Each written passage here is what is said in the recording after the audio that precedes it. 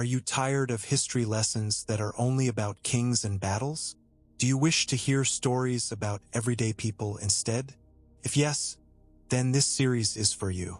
Each week, we will gently explore the forgotten lives of women in ancient Greece. Their stories are quiet, but powerful. Our first stop is Athens, the heart of ancient Greece. Imagine walking through the busy marketplace, the agora. Merchants call out, philosophers debate. The air is alive with voices. Here we meet Aspasia of Miletus. She was not just beautiful, but intelligent and witty. She lived with Pericles, the great Athenian statesman, and welcomed thinkers like Socrates into her home. Though Athens was a world ruled by men, Aspasia found her place in it, influencing ideas, politics, and art. Most Athenian women lived quieter lives. They managed households, raised children, spun wool, and wove cloth. They could own property and run small businesses, but they were barred from politics. Their world was mostly the home, yet within that space they created and cared. Religion gave women a voice. On the Acropolis, priestesses of Athena cared for temples, led sacred processions, and presented offerings to the goddess. During the Panathenea festival, women wove a robe for Athena, a symbol of love, devotion, and community. These priestesses held respect and honor, but also lived under rules of celibacy and seclusion. War touched women's lives deeply. Many became mothers mourning sons. On the slopes of Athenian cemeteries, we imagine women grieving at tombs of loved ones. Their sorrow connects us to them across time. Love and loss are emotions we all share. Archaeology also brings us quiet voices. A simple clay vase, found in Rhodes, bears the name of a woman, Sosis. Her ashes were kept inside. Her father's name was written there too. Just two small inscriptions, yet they have preserved her memory for over 2,000 years. From artifacts, we learn about women's hobbies: spinning, weaving, attending festivals, watching theater. Though they were not allowed in politics, in religion and family life women were central. They sang, they danced, they cared for sacred spaces. Some joined secret mystery cults, where women worshipped freely without the presence of male guardians. And still, one question remains. If women were so important in religion and family, why were they excluded from politics? Some say women were seen as too emotional. Others say they were treated as property. There is no single answer, only the reminder that each Greek city-state had its own rules. Even so, women like Aspasia show us that voices could rise, even in a male-dominated world. Through love, strength, and intelligence, they shaped history in ways often forgotten. So, which story spoke to you tonight? Aspasia, the brilliant companion of Pericles? The priestesses on the Acropolis? Or Sosis, remembered on a simple urn? Leave your thoughts in the comments below. And if you enjoyed this quiet journey, please like and subscribe so you don't miss the next chapter. Until then, may the whispers of the past bring you peace, curiosity, and calm. Chapter 2: Women in Ancient Greece. Beyond the myths, ancient Greece, the cradle of Western civilization, gave birth to some of the most profound ideas and influential figures in history. But what if I told you that this age of intellectual flourishing and artistic brilliance was built on the backs of an often overlooked group? The women. Women in ancient Greece faced countless challenges, rooted in a society steeped in patriarchal norms and rigid expectations. Despite their intelligence, creativity, and resilience, women were frequently pushed to the margins. Their voices silenced, their potential stifled. Join me on this journey as we uncover the harsh realities women endured in ancient Greek society. You may be shocked by the extent of their struggles and inspired by their remarkable perseverance in the face of adversity. The first major challenge women faced was the lack of educational opportunities. Unlike their male counterparts, girls were denied instruction in subjects like reading, writing, and mathematics. Instead, their education was confined to domestic skills: cooking, cleaning, and textile production. This stark disparity stemmed directly from patriarchal views that confined women's roles to the household. The historian Herodotus once remarked, condescendingly, that the best wife was one who kept her mind to herself. Such beliefs deeply influenced the lives of women, limiting their ability to engage in intellectual pursuits and denying them the chance to contribute more broadly to society. Another burden placed upon women was their restricted movement. They were expected to remain indoors, tending to domestic duties and avoiding public life, while men enjoyed freedom to travel and engage in civic activities. This confinement was framed as a way to protect women's honor, but in truth it reflected society's fear of female sexuality and its desire to control it. Myths reinforced these restrictions. The concept of the Gorgon, for example, served as a symbolic guardian meant to keep women within the home. The playwright Euripides even explored such themes in his tragedies, revealing the unjust constraints women faced under these rigid societal norms. Control over their own bodies was another area where women had little agency. They were often treated as objects of male desire, with little choice in marriage or sexual relationships. Men could take multiple wives or concubines, while women were expected to remain faithful and submissive. Even in cases of rape, the emphasis was placed on preserving a woman's purity rather than holding perpetrators accountable. Stories such as that of Philomela, assaulted by her uncle King Minos and later transformed into a bird to escape further harm, reflect the deep injustice of this lack of autonomy. Women also suffered economic disadvantages. Upon marriage, any property they possessed typically transferred to their husbands, leaving them dependent on male relatives. Their inability to own or manage property independently reinforced their subordination.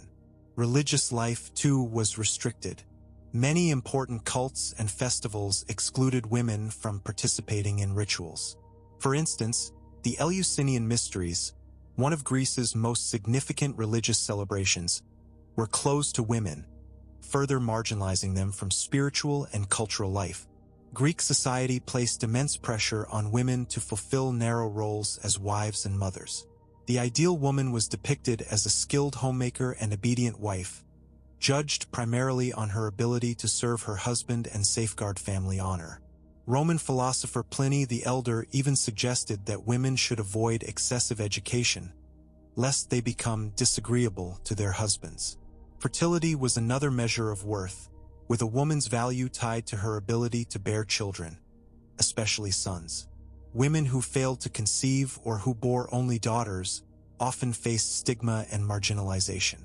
The poet Sappho herself lamented the suffering of childbirth, underscoring both the physical toll and the social expectations placed on women's bodies. Beauty in ancient Greece became yet another tool of control. Women were expected to embody an ideal of youth, slenderness, and virginity. To achieve this, some resorted to fasting or harmful cosmetics. Male poets and philosophers often praised women's beauty while ignoring the sacrifices required to maintain it. In this way, physical appearance became a marker of worth, objectifying women and reinforcing their subordination. Despite these challenges, women did carve out spaces for self-expression. They participated in select religious festivals and even athletic competitions, such as the Heraean Games, where they competed in running and javelin. However, such events were overshadowed by the male-dominated Olympic Games. Women's participation in politics was rare, yet not absent. Aspasia of Miletus, for example, became renowned for her influence on Pericles, one of Athens' most celebrated leaders. Though not a citizen, she exerted considerable sway in intellectual and political circles. Women in ancient Greece lived under a system that limited their education, confined them to the home, denied them autonomy over their own bodies, and restricted their economic and religious participation. They were judged by their ability to serve as wives, mothers, and beauties, rather than as individuals with their own ambitions. Yet within these limitations, some women, through wit, artistry, or strategic relationships, found ways to express themselves and exert influence. Their resilience is a testament to the human spirit's refusal to be wholly silenced. By acknowledging their struggles, we not only honor their endurance, but also gain perspective on the long and ongoing journey toward gender equality. Chapter 3: Shiva History: The Unseen Contributions of Women in Ancient Greece. Who were some of the most powerful women in ancient Greece? Who were the most influential? And what did women do when they weren't poets, vase painters, or philosophers' wives? Unfortunately, not many records survive that tell us about women's daily lives in Greece. So today, we'll focus on one woman, her life, and her work, and use her story as a thread to weave together what women's experiences may have been like during this time. Welcome back to my channel. Today, we'll look at one woman who wove history, even though her name has been lost to time. We'll call her the Weaver Woman. She lived in ancient Greece around 450 BCE. She was married to a man named Masilicus, and together they had 2 sons. One day, Masilicus left on business and didn't return for 5 months. Left alone with her children and little money, she needed a way to support her family. So, she set up a loom and began weaving cloth. At first, she struggled, but soon her skill grew, and she produced tapestries so beautiful that people eagerly paid for them.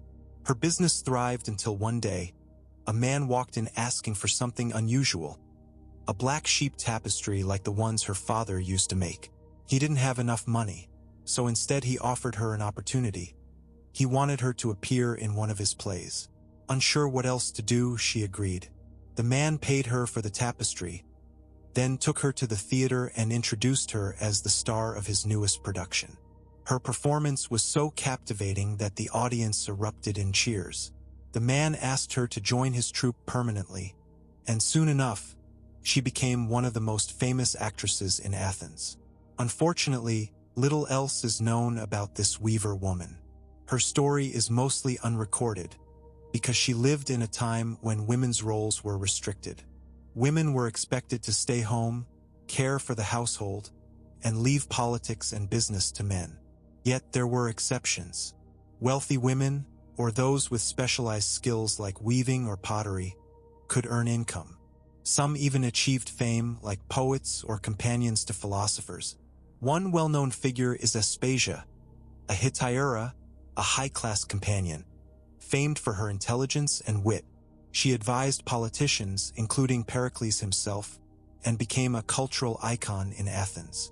Still, women like Aspasia were criticized for stepping beyond traditional roles. This is why the Weaver woman matters. Her story shows that women could find success in male-dominated spaces if they were skilled and bold enough. Her weaving business gave her independence. Her acting talent made her famous. She is a reminder that, even within a rigid society, women could shape their own destinies, though always with risk. Fashion and appearance. We can't know exactly what the Weaver woman looked like, but historians have a good idea of women's clothing in Greece. Typically, women wore long dresses of linen or wool, pinned at the shoulders and belted at the waist. Everyday dresses reached the ankles. For special occasions, they could be floor-length. Women often added shawls, cloaks, or decorative bands, along with jewelry, necklaces, earrings, bracelets, and sometimes carried small pouches. Hairstyles were usually long and loose, though many covered their hair with veils when outside. They adorned it with ribbons, flowers, or ornaments. Makeup was common too. Kohl for the eyes, rouge for the cheeks, perfume and oils for fragrance. Footwear ranged from simple leather sandals to jeweled ones for festivals. The Weaver woman likely wore practical clothing when weaving looser, shorter dresses without much decoration. Later, as an actress, she would have worn colorful, elaborate costumes and masks suited to her roles, often comedic ones that relied on wit and charm. Broader context of women in Greece. Ancient Greek women's roles varied by city-state. In Athens, women lived under strict restrictions. They couldn't vote, own property independently, or appear in public without a male escort. They rarely engaged in politics or philosophy, and their voices were often dismissed as unsuitable for the public sphere. Plato's Republic reflects this bias, portraying women as excitable and in need of male control. In contrast, Spartan women had more freedom. They trained in athletics, were encouraged to be strong and independent, and could own property. In other regions, like Crete, women participated in cult worship and arts such as vase painting. Across Greece, women were deeply involved in religion.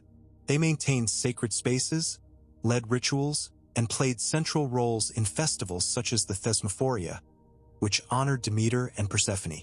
This festival, run exclusively by women, symbolized fertility, agriculture, and community prosperity. Economically, women managed households, produced textiles, and contributed to trade in goods like olive oil and wine. Archaeological finds support this. Tombs of wealthy women, buried with jewelry and trade-related goods, show that they had influence in commerce and property ownership. Women's cultural legacy. Despite their limited rights, women contributed to literature and art. Sappho, the great lyric poet from Lesbos, wrote about love, beauty, and desire. Her surviving poems remain timeless in their emotional power. Women also appear in myth, though often framed through male perspectives. Helen of Troy, for example, is remembered for her beauty, yet some versions of her story portray her as intelligent and resourceful, rather than just a prize of war. Ordinary women, too, left traces in inscriptions, grave markers, and archaeological remains. Though their names are rare, discoveries like Julia's tomb at Philippi remind us that women were individuals with families, identities, and status in their communities. Conclusion. The Weaver woman's story, part fact, part imagination, shows us that women in Greece, though bound by social constraints, could still achieve independence, influence, and recognition. From household management to weaving, from religious rituals to poetry, their contributions were essential, even if their voices were often silenced in official histories. Yet, through fragments, poetry, archaeology, and myth, those voices still echo. They remind us that women were never merely passive figures in the shadows of ancient Greece. They were creators, thinkers, and leaders, agents of history whose influence continues to inspire. So, what do you think? Were women in ancient Greece more influential than history has acknowledged? How might re-examining their lives change how we view this civilization? Let me know in the comments. Chapter 4. Beyond the domestic sphere, women's roles and contributions. Ancient Greek women are often remembered as being confined to the domestic sphere, with little agency or autonomy. But that is only part of the story. Women's lives varied greatly depending on region and time period. After all, there was no single ancient Greece. The Greek world was made up of many different city-states, and women's experiences differed across these communities and throughout the period from roughly 800 BCE to 146 BCE. Women in ancient Greece held a variety of roles, some more restricted than others, but they were far from just homemakers. Many worked as artisans or shopkeepers, some participated in politics, and a few, like the famous Aspasia of Miletus, achieved prominence as philosophers and public intellectuals. In this first episode of a two-part series on women in ancient Greece, we will focus on their economic roles. In a future episode, we will turn to their political influence. While it is true that ancient Greek women did not enjoy the same rights or opportunities as men, they were by no means excluded from economic life. Much like women in other ancient societies, Greek women carried out a wide range of tasks both inside and outside the home. They spun and wove cloth, prepared food, cared for children, and managed slaves. But they also owned property, participated in commerce, and joined in religious festivals. One of their most important economic contributions was textile production. Women spun wool or flax into thread and wove it into cloth, often while supervising slaves, tending gardens, or even attending festivals. Cloth was a prized commodity in ancient Greece, and female weavers were celebrated in poetry and depicted in art. But weaving was only one craft. Women also worked as fullers, a profession similar to today's dry cleaners. Fulling was the process of cleaning and thickening cloth, labor-intensive and messy but essential. Women beat, washed, and stretched fabrics to prepare them for dyeing, effectively finishing the textile production process. Many women also worked outside the home as shopkeepers, especially in later periods when opportunities for commerce expanded. They ran small shops selling food, clothing, or household goods, and in some cases managed larger businesses, including brothels. Prostitution, though morally debated, was legal and common. Many prostitutes were enslaved, but some free women also engaged in sex work, either independently or under male managers. Prostitution was viewed as a necessary outlet for male desire, believed to preserve the purity of respectable women. Attitudes varied. Herodotus condemned prostitutes as wasteful and dangerous, while Plato argued they provided a safe social function. Other women found work as musicians, dancers, singers, and entertainers. Music and performance were central to Greek culture, and women often appeared at festivals and public gatherings, sometimes even traveling to compete in singing contests called nomoi. While barred from acting in tragedies or comedies, they did perform in satyr plays, lively, dance-filled productions. Women also assisted in wine production. Though they could not legally own vineyards, they played a key role in pressing grapes and fermenting wine, a labor-intensive task essential to Greek society. In the field of healing, women served as midwives and, in some cases, as physicians. While medicine was largely male-dominated, midwives possessed extensive knowledge of childbirth and women's health. Some evidence even suggests that women studied and practiced broader medicine. Teaching was another important role. Women often educated young children, both boys and girls, at home, passing on not only literacy and practical skills, but also cultural and religious traditions. Daughters were trained in domestic skills, ensuring the continuity of household knowledge. One notable social role was that of the hetaira. Unlike common prostitutes, hetaira were often well-educated companions supported by wealthy benefactors. These relationships could be transactional, but in many cases, hetaira were treated as intellectual and social equals. Aspasia of Miletus, companion of Pericles, is perhaps the most famous example. In conclusion, women in ancient Greece were far from confined solely to domestic duties. They contributed as weavers, shopkeepers, entertainers, healers, teachers, vintners, and more. While their opportunities were more limited than those of men, they held economic agency and, in some cases, significant influence. Figures like Aspasia remind us that even within a patriarchal society, women could shape culture, politics, and intellectual life.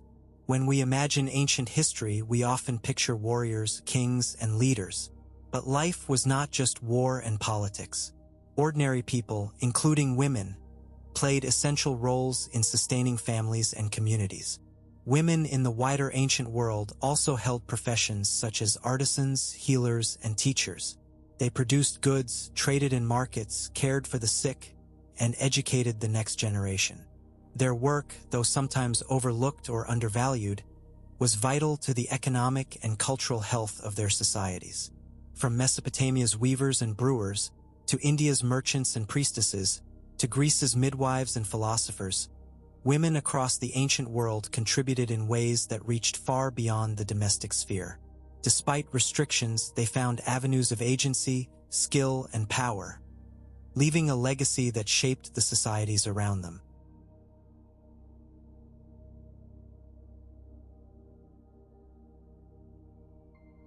Chapter 5: Goddesses and Mortals, the Overlooked Narratives of Women in Ancient Greece. Behind the veil lies the hidden lives of ancient Greek women. From shadows into light, their resilience is nothing short of remarkable. Take, for example, this female bust from classical Greece now housed in the British Museum.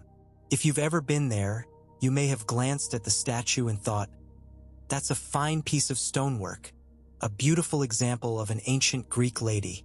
but perhaps you didn't pause to study her hair. On closer inspection, you'll notice tiny holes carved into it.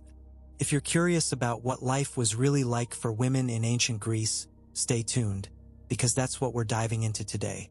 In particular, I'll be discussing 3 books, all by the same author, while also bringing in some primary sources along the way.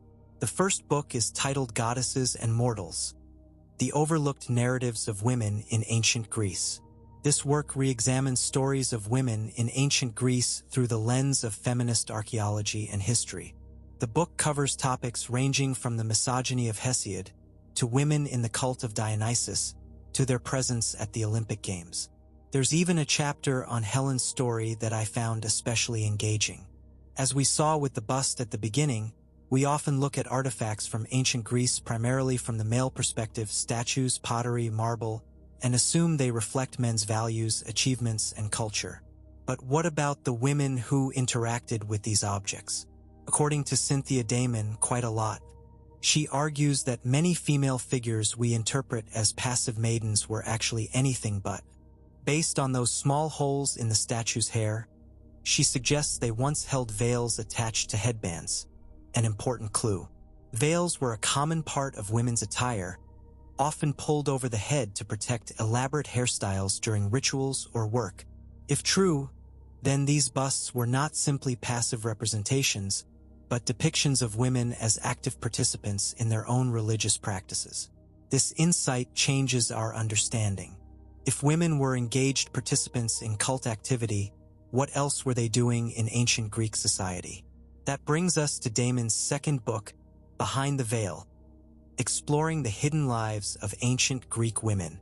At first glance, the title may seem ambitious, since we have few direct written accounts from women themselves.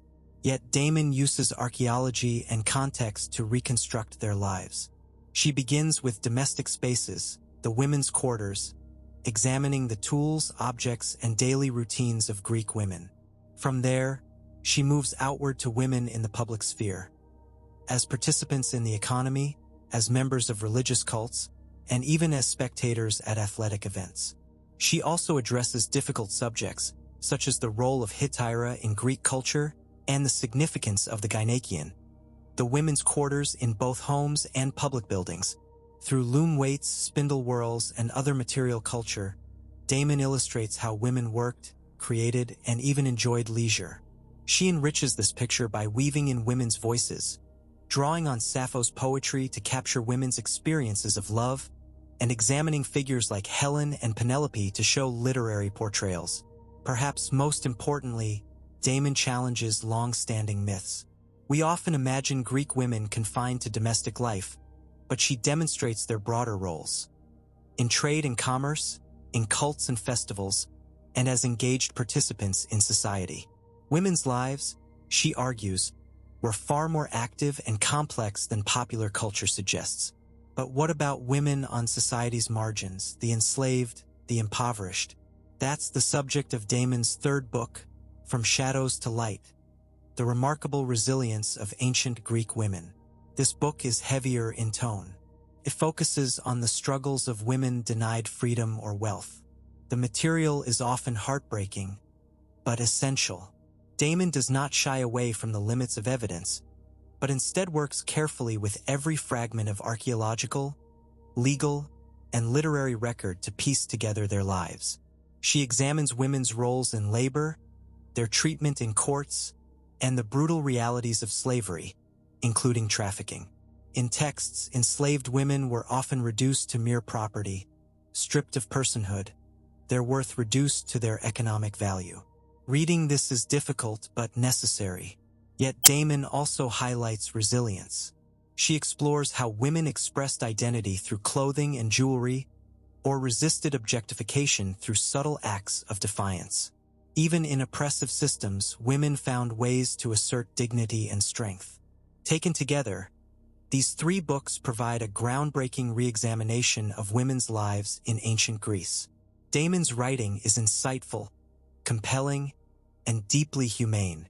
She not only brings these women out of the shadows, but also dismantles harmful stereotypes that still shape how we imagine antiquity.